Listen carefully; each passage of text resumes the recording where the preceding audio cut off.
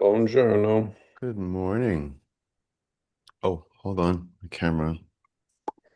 El gato. Gotta get my camera together. Where is that cord? Here it is. It's officially fall, and when I wake up at 6:30, it is dark. Yeah, and that's before the clock goes Yeah, I back even know. It's further. crazy. It's crazy. It's okay. Here we are.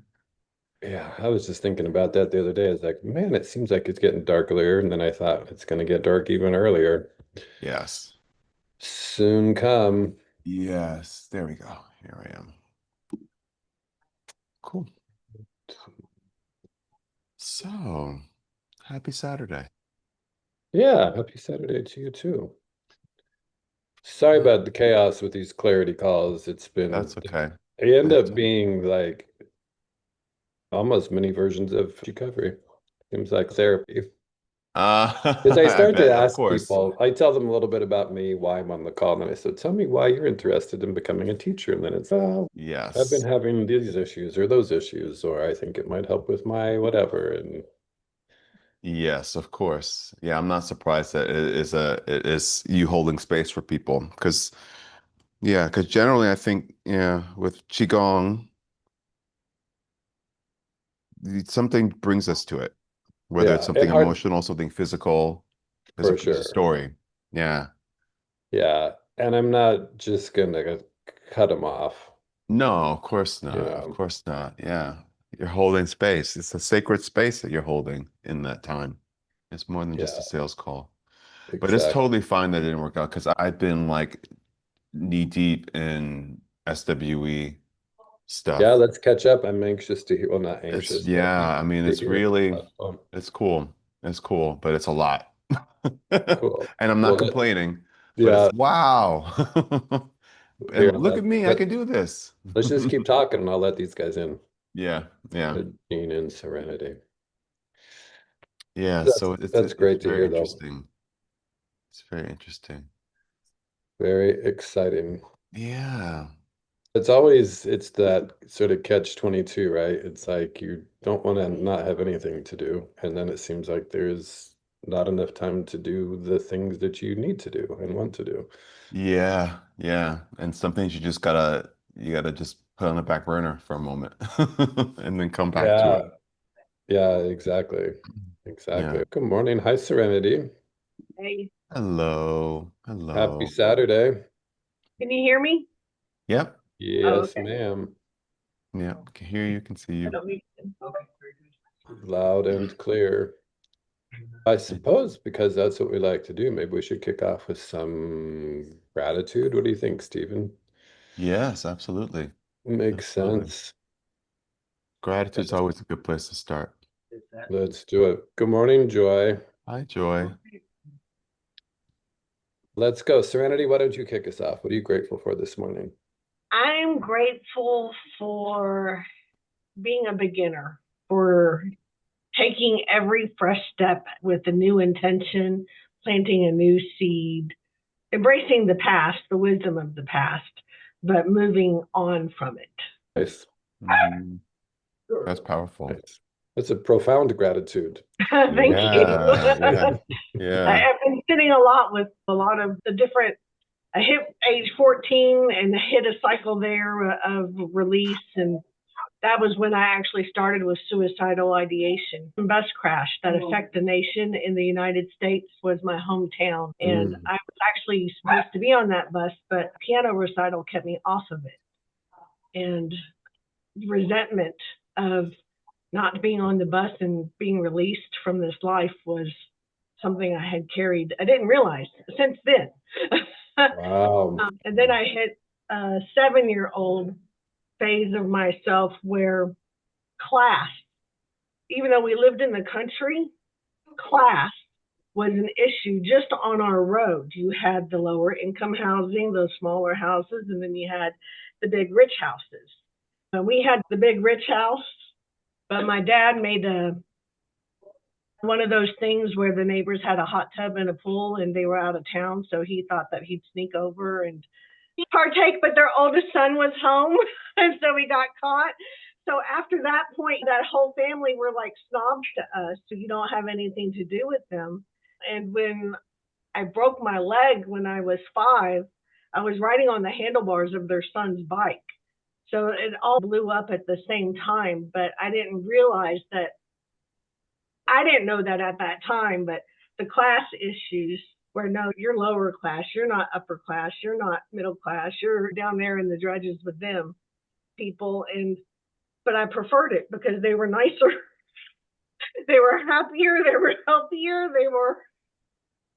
It's really just been a big cycle of release, and what can I let go of and what can I hold on to plant those seeds for these new steps. Wow, that's powerful. Thank you for sharing that. Wow. Todd? That's great. Sounds like you've been busy doing a lot of good work. Joy, how about you? What are you grateful for this morning? I'm grateful to be alive, that in these eras where all of this old stuff comes up and gets looked at and gets like, wee, goes bye-bye. And you go, my God, I've been wearing it for like decades. And now it's like evaporating. And I don't even know how. It's like, there's not a me that works on it. Because the me that works on it is the entrapped me.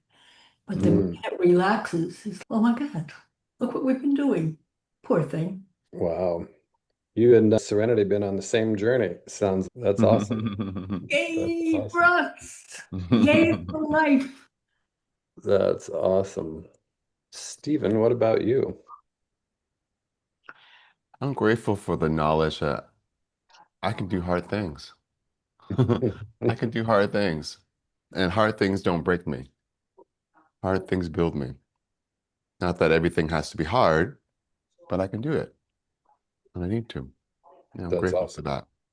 Although sometimes it feels like everything's hard. I've been in those places. Oh, yes. Then I need a firm talking to when I think that. Yeah, Just get a grip, and everything is hard. exactly. Exactly. I think that's why it's always great to start with gratitude, right? Because even though things can be crazy and things can be nutty, and it's we always hope that there's just going to be this point that everything's going to be beautiful every day and always going to be sunshine and rainbows, and Oh, it's yeah. just that's just not life. And I think as soon as we get over the fact that life isn't going to be perfect every single day, that makes the rest of Yeah. that basically the heart of the serenity prayer, and just Yeah. be in this moment. True. Jean's iPad, what about you? What are you grateful for today?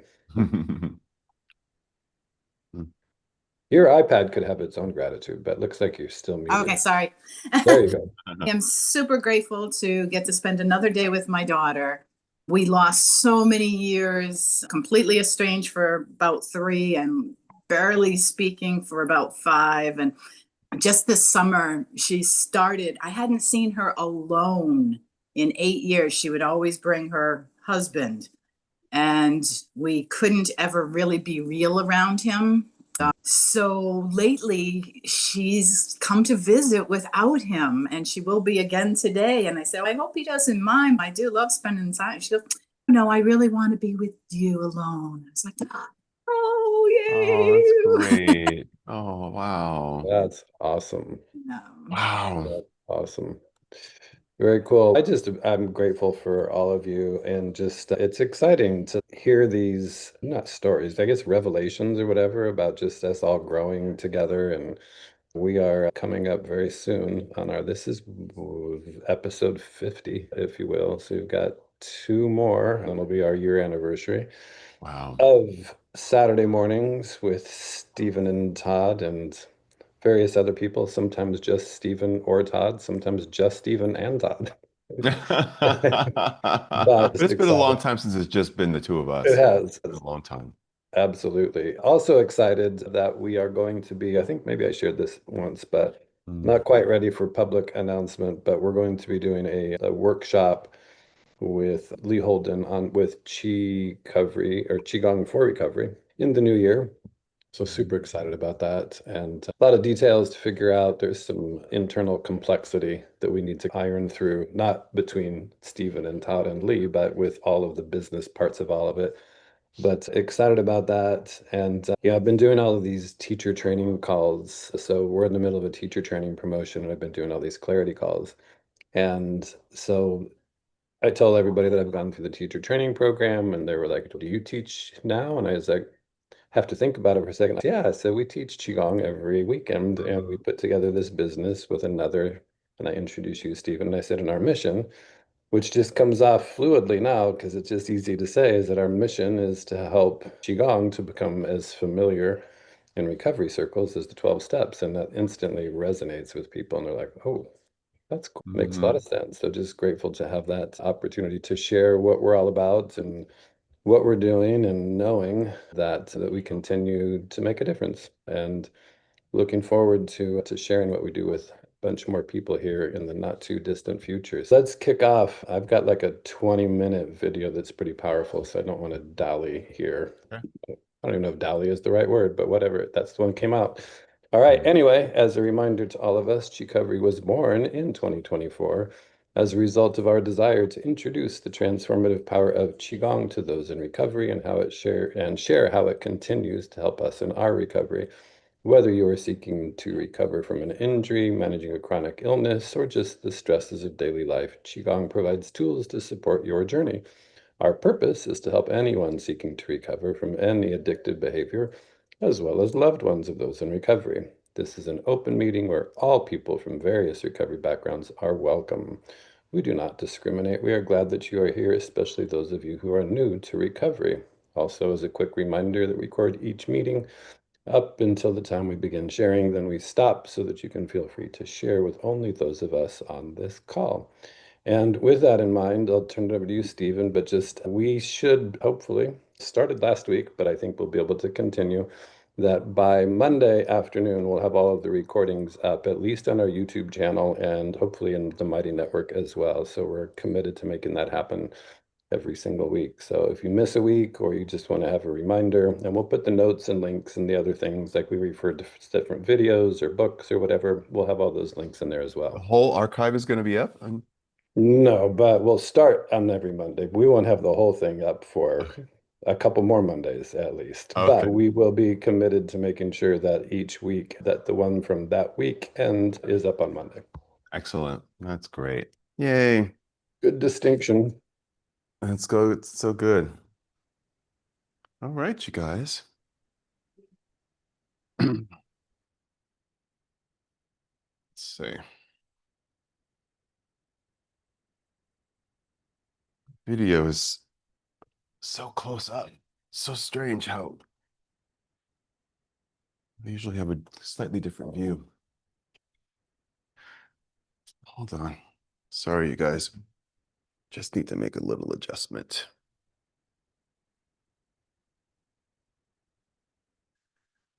All right. So let's start with some breath. Let's place our hands on our bellies and take a nice deep breath in through your nose. And as you do, feel your abdomen expand. And then let's exhale out through the nose and feel the abdomen soften. Again, deep breath in. And deep breath out.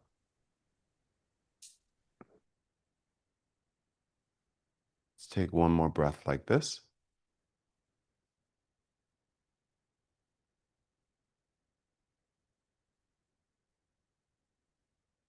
Now let's take the hands and place them on the sides like this, just below your ribs and above your hips, and gently press in. Now inhale. Feel your body expand in your hands, pushing your hands further apart, and then exhale. So breathing into the chi belt.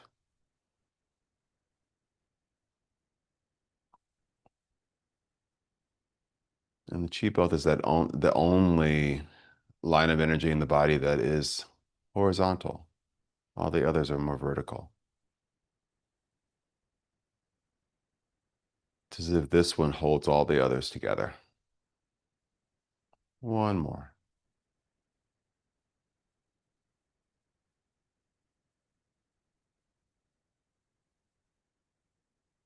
Now let's take the hands and place them on the low back. Tuck the tailbone under slightly so the lower back is slightly round. And breathe into your hands. Breathe into your low back. Breathe into your kidneys. Kidneys are the energetic battery for your body.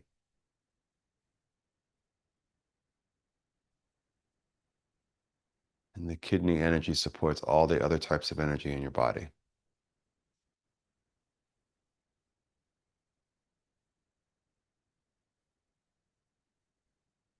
And relax the arms down.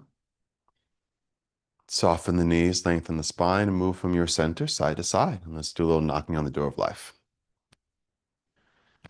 So activating the key pressure points in the low back and your abdomen. So we've just poured a lot of energy into the center of the body.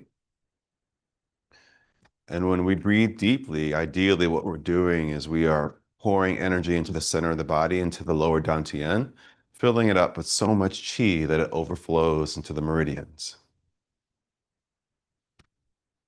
Relax your shoulders.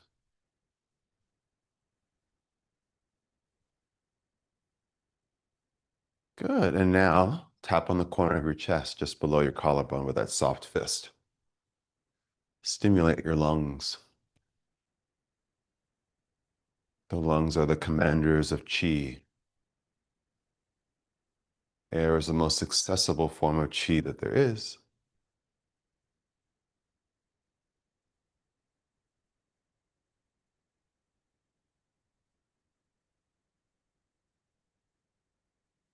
And let's tap on the top of your shoulder, base of your neck. Relieve lines of tension in the neck and shoulders and upper back.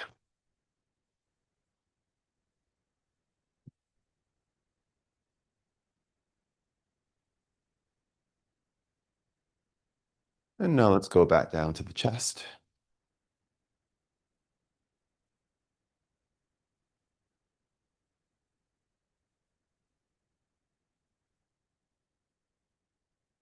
And the low back and the waist.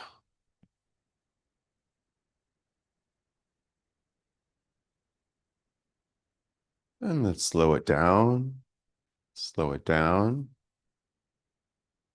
we come to a point of stillness. And now let's enliven the spine in another way. And let's do spinal cord breathing. So we're going to lift the arms up, elbows bent, draw the elbows back, open the chest. Take a deep breath in as you lift your gaze slightly. And then exhale as you draw your arms forward around your spine, look towards your belly. Let's inhale, lift the arms, extend the back, lift the gaze. And then exhale, round the spine, stretch the back. Try to keep your movement coordinated with your breath. Allow the knees to remain soft and your shoulders to remain right over your hips throughout. Take your time.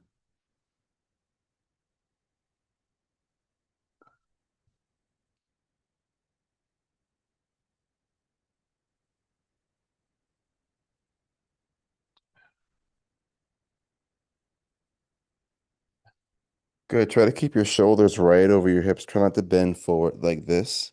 Right? Try to stay right here. So it's actually a bit smaller than you may think. Qigong, oftentimes less is more.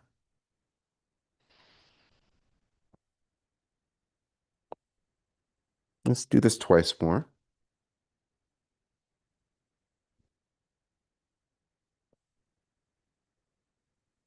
One more time.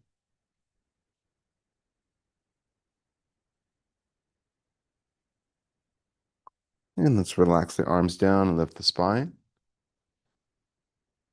And now let's do a little chi scattering for a little energy clearing, cleansing. So the arms are out to the sides.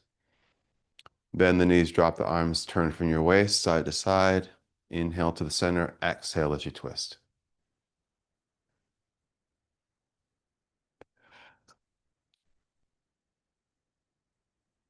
Good. So keeping your shoulders right over your hips, allow the knees to gently pulse as you swing the arms. As the arms lift, try to relax your shoulders. Deep breath in through your nose, out through your mouth, a nice cleansing breath.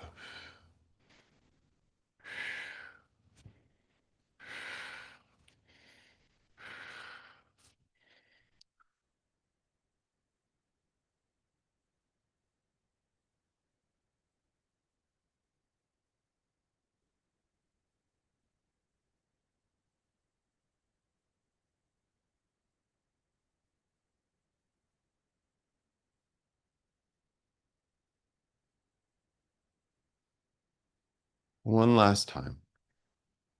Arms out to the sides and float them down. Good. Let's place the hands on the thighs, soften the knees, shift the hips back and bend forward. Let's do the wave. Drop your head, curl your tailbone under, round your spine, and roll up. Stack your shoulders right over your hips. Your head is the last thing to lift. Take a nice deep breath in. Exhale, shift your hips back as you bend forward, nice open chest. And then slowly roll up. Relax the shoulders as you roll up. I'll give you another point of view. Hip shift back, bend forward, and roll up. Try placing the tip of your tongue on the roof of your mouth. As you do this, as you move energy along the do and the Ren channels, so up the back, down the front, tip of the tongue on the roof of the mouth connects those two channels, the Sea of Yin and the Sea of Yang. Yang being on the back of the body, Yin being on the front. Moving energy along the microcosmic orbit.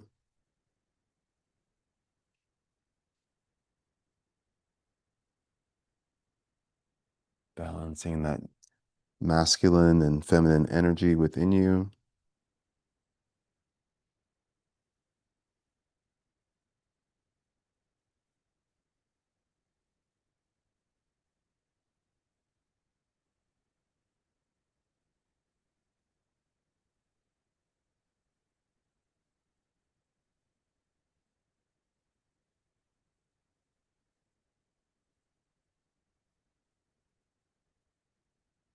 Let's do this one more time.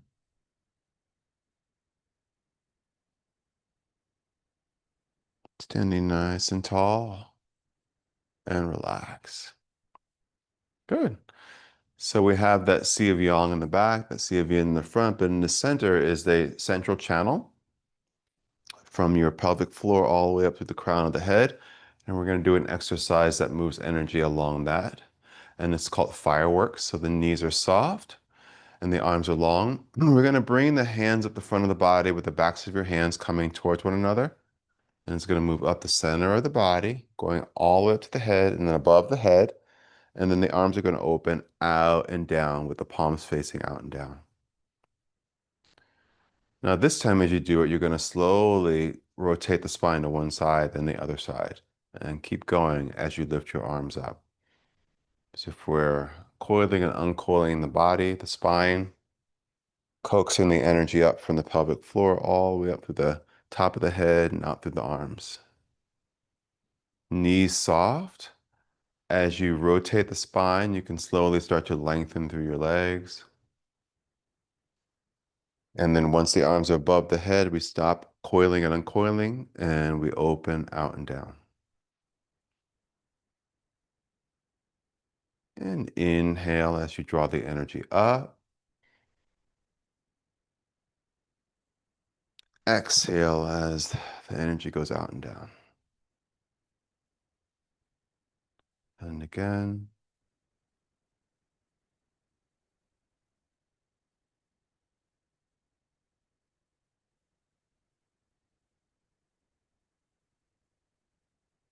As the arms lift, try to relax your shoulders.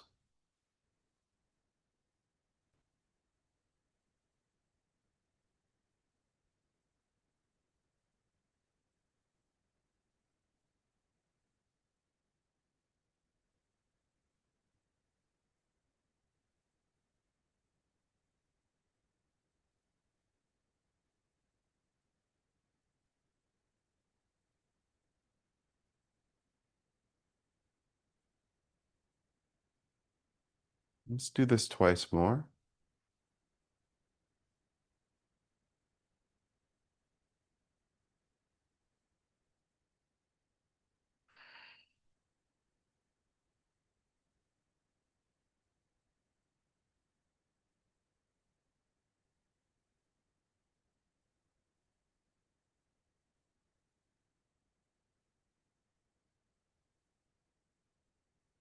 Good. Let's bring the hands to the lower belly again. Let's bring the legs close together. Let's just take 3 deep breaths here.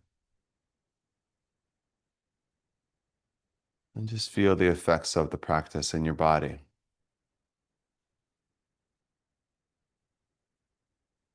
Notice how it made you feel emotionally.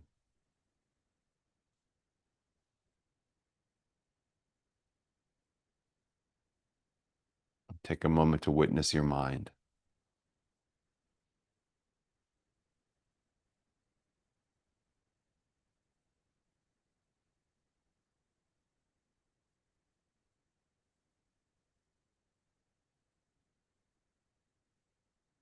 Beautiful. And relax.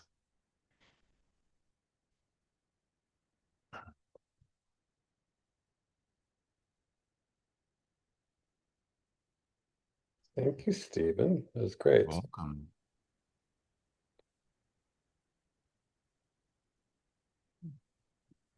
Bill? Make sure I'm in the right place, doing the right thing. There we go.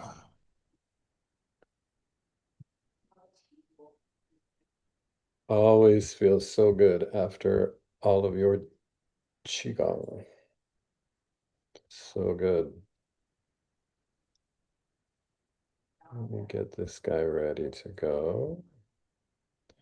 I got too organized. I had it ready to go, and then when we started, I moved it. So just get this back in the right place.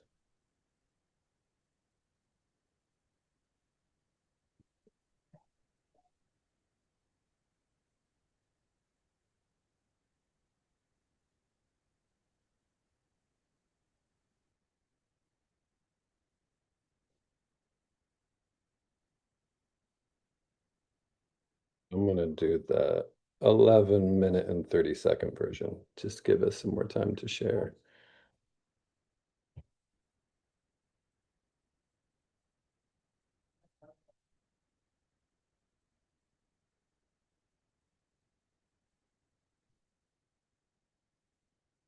Oops. Open Sesame. Impossible. You need to figure out something that's more important to you than drinking, and also think through very hard the negative consequences of continuing it. You had to let a lot of you die when you stopped being an addict and something new be reborn. If you have big ambitions, you want to do something big with your life, stay the hell away from drugs and alcohol. I didn't know back then that alcohol is the second most addictive drug on planet Earth. A crazy first time drinking alcohol that never stopped for me. Alcohol is the most harmful drug on planet Earth. If alcohol was invented now, it would be banned as a substance. Alcohol is the deadliest drug known to mankind, killing 3 million people every year. It seeps into every aspect of our society.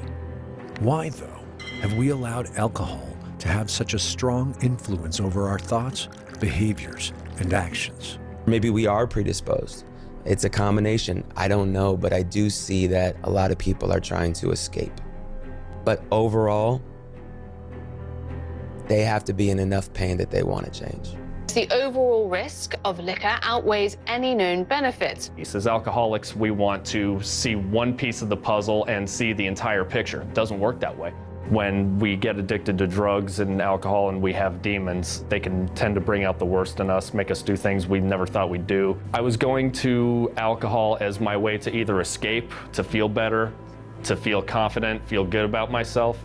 I think I'm probably in my 30s in terms of how many people I know that have died from the disease of addiction. Friday night at 5 p.m., the wine bottle would be opened. I started really hating who I was. And for the first time in my life, I knew that drunk Julie was too powerful, that I couldn't control her, and I needed help. Alcohol can kill people, and I was super close. I think there's a good chance I could be dead. Yeah, I'd be dead. Why does society encourage us to drink? Perhaps it is because many find a false sense of confidence in intoxication, leading to easier but less fulfilling social obligations. Perhaps it is because the numbness provides distraction. Perhaps it is because alcohol is a $1,600 billion industry worldwide. Many people fuel this industry, but few are awakened to the reality of alcohol. What would happen in your life if your negative habits got out of control? And one of the things that can really help you control your alcohol intake is to really think through what you're giving up and where you could be in 5 years if you don't get it under control. And proclivity to alcoholism can be a really vicious thing. Lots of people get dragged down into the mud by alcohol, excessive alcohol intake, especially if they're sensitive to the opiate response that alcohol can produce. And you could tell that if when you drink, you get alert and, let's say, more enthusiastic and energetic, and then you don't want to stop drinking. That's definitely a bad sign with regards to developing alcoholism. So I would say you need to figure out something that's more important to you than drinking, and also think through very hard the negative consequences of continuing it. I have performed psychological sacrifices, I suppose, when I decided to give up something that I needed to give up so that I could move forward into the future. That certainly happened when I quit smoking and when I more or less quit drinking. And that was a sacrifice. I couldn't continue to drink. Again, I said I was from Northern Alberta. It was pretty hard drinking culture, and I really liked alcohol, but I couldn't drink and write and do my PhD and manage my family responsibilities. It was too much, and so I stopped, and that was a good thing. So that was a sacrifice. Alcohol depresses the central nervous system, slowing down brain activity and leading to a sense of relaxation and impaired coordination. At the same time, it inhibits certain neurotransmitters, causing further cognitive impairment and slurred speech. The combination of these effects results in intoxication, including impaired judgment, reduced motor skills, and altered behavior. Every time I did drugs, every time I got drunk, every time I got messed up, I didn't have a bad time. But every time I had the worst night of my life, I was high or I was drunk or I was messed up. So it's not every time you do something, you ruin your life. But every time you ruin your life, you're on some shit. I would see guys start doing stupid things, and I'd be like, they're doing this on purpose. Because they're giving themselves an out. Because it's an incredibly hard thing to be like, I didn't make it because I just wasn't good enough. But now to be able to be like, oh man, if I just stop drinking, and then you give yourself that little bit of out that it wasn't me. You talk about that awkward being socially anxious. You talk about a guy who goes to a bar, there's a kid who goes to a bar. I can't talk to a girl. I don't have the confidence unless I'm drunk, unless I'm high. And it's like a socially acceptable way to break that ice. They're not hooked on whiskey. They're hooked on that culture because that's how they identify being able to get in. So like when you talk to kids and when you have these conversations, it's not about don't do it or else. It's, dude, you have to figure out a way to be confident in yourself and take care of your spiritual and your mental well-being so you're not susceptible to these things. For so many of us, I think that there's this notion of just stop. Why don't they just stop? Why are they hurting themselves? How could they do this to me? We make it about us. Like, how could they do this to me? How could they lie to me? How could they go out and say that they were gonna quit and then keep going?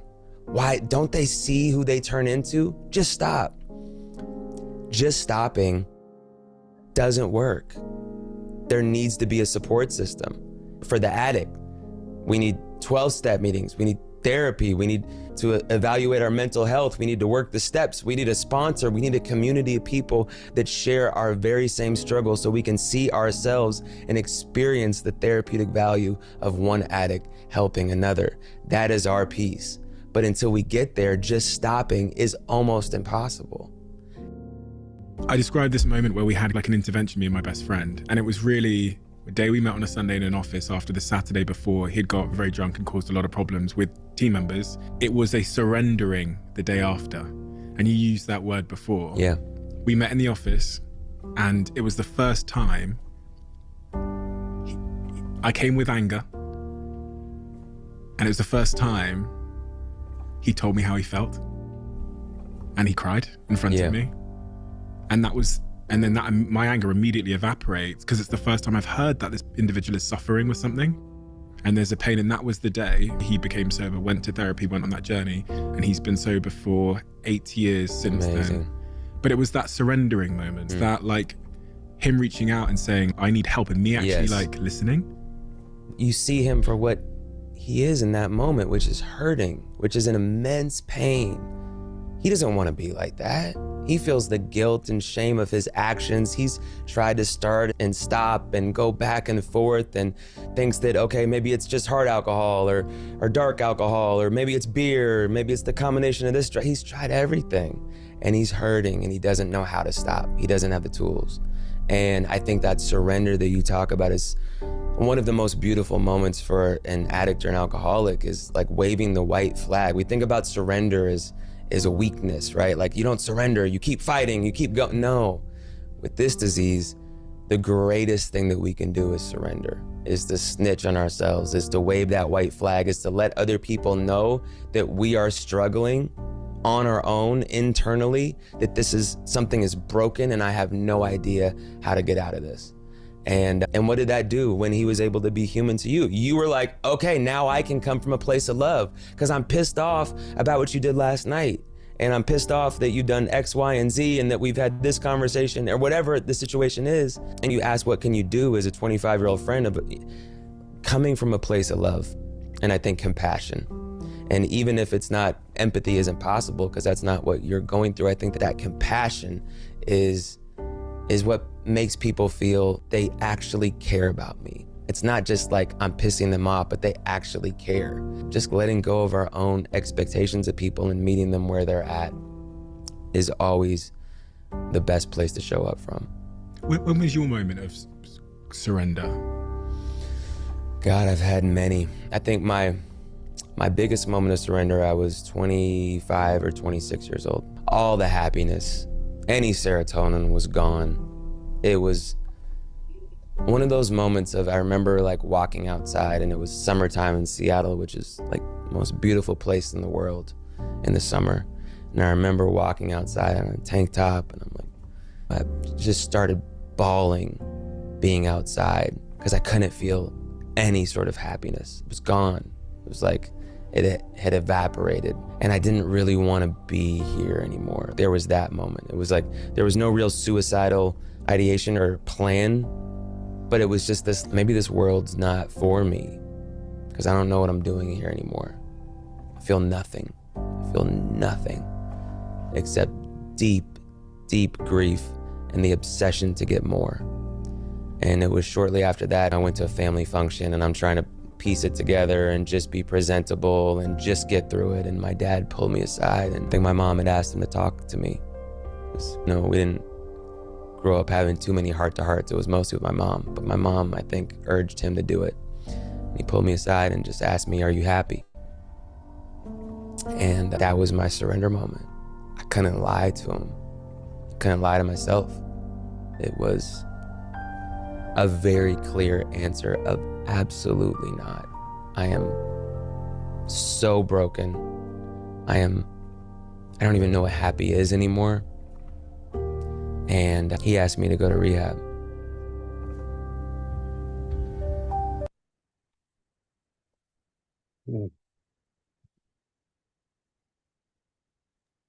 Wow.